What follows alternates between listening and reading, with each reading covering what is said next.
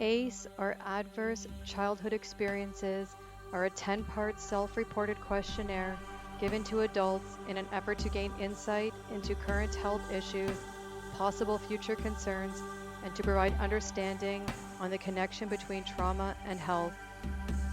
Adverse can be defined as contrary to one's welfare or interest and is harmful or unfavorable.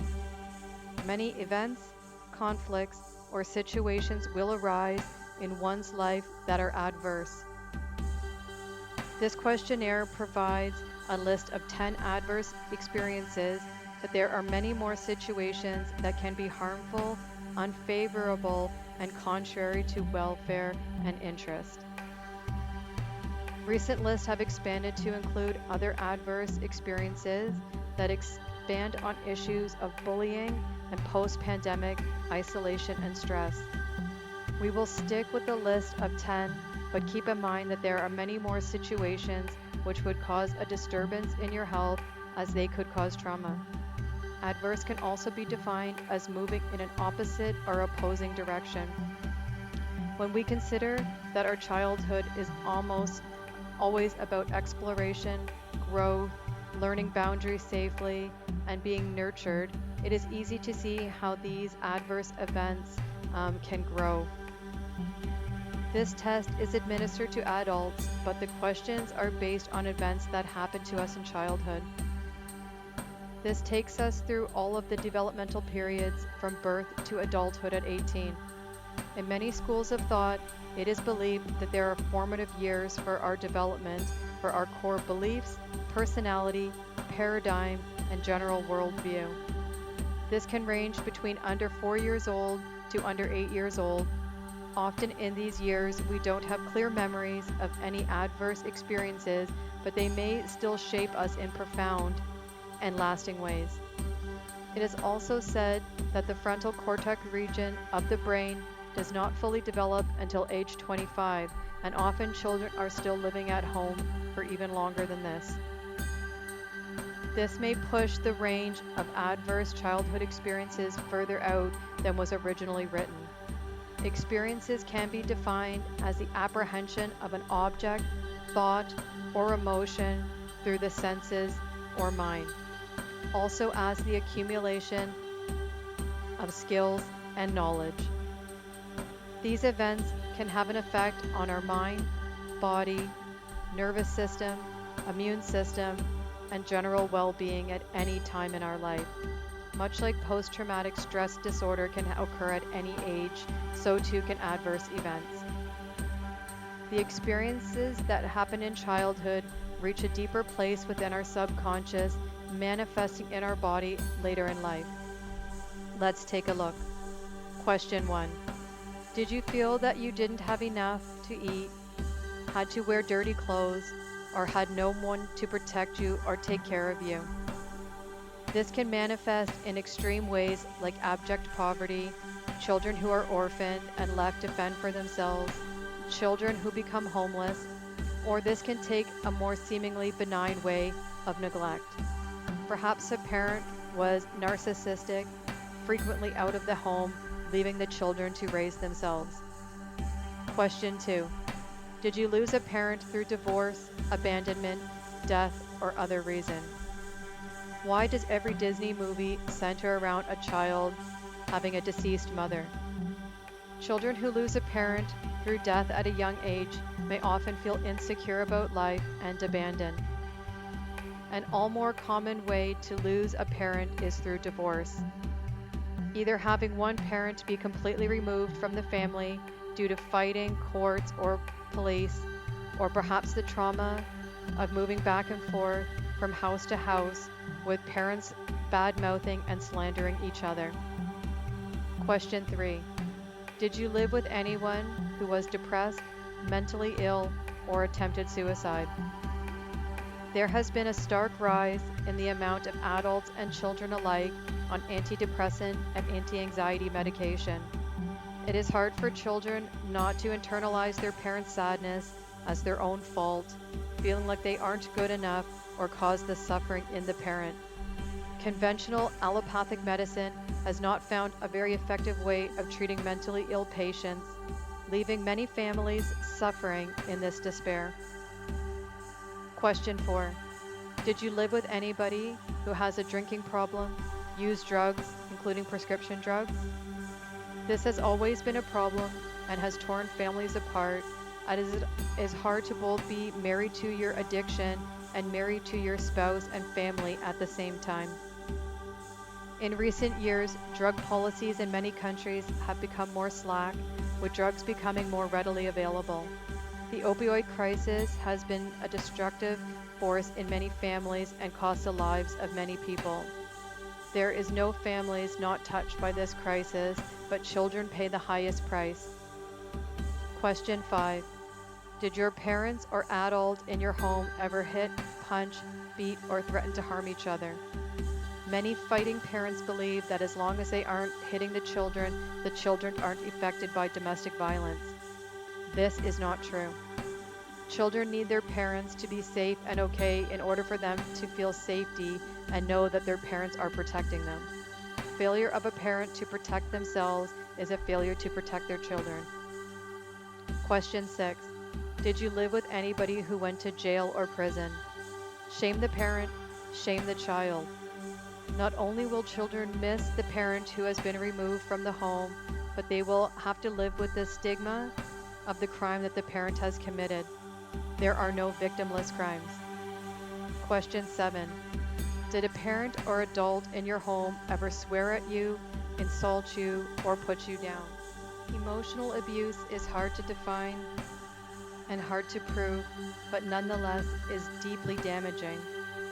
Family and criminal courts in the past have failed to intervene in cases of emotional abuse, as it is believed that if you are not under threat of physical violence, you have the option to leave.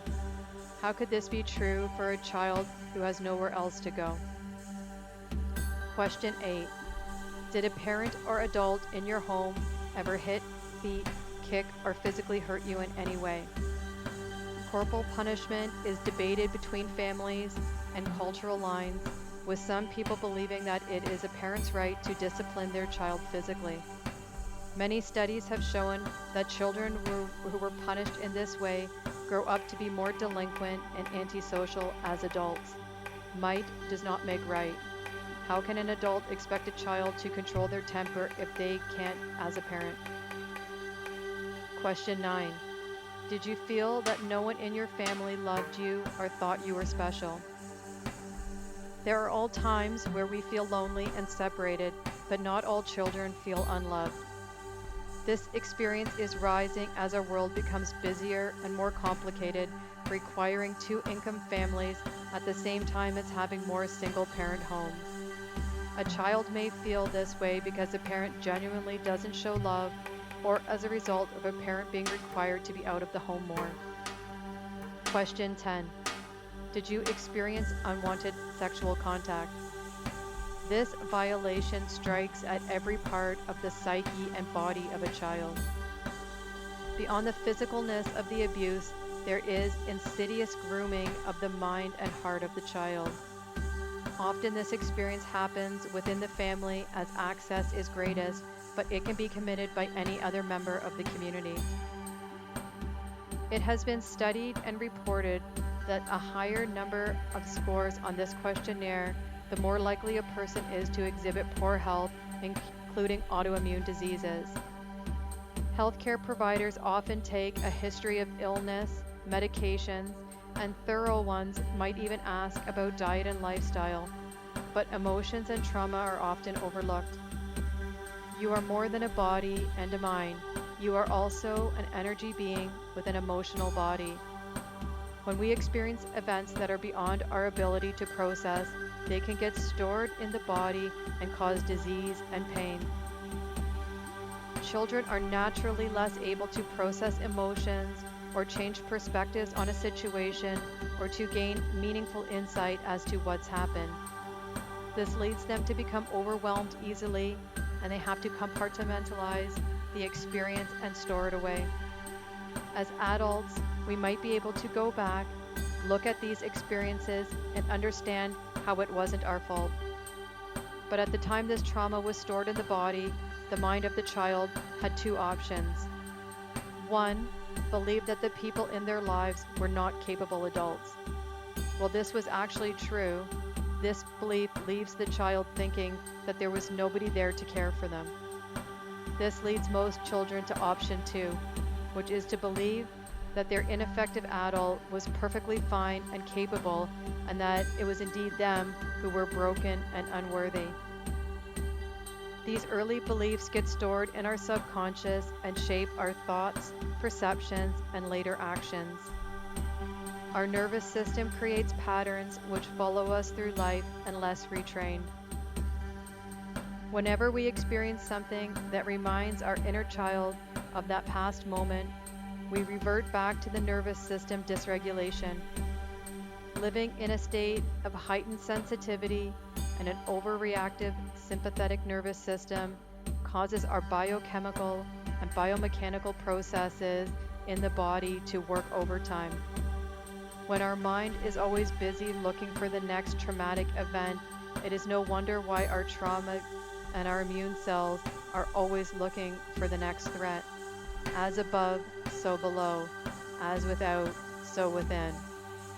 Although we cannot change the things we experienced in our childhood, there are many ways to break the patterns and reset our nervous system to a state of safety.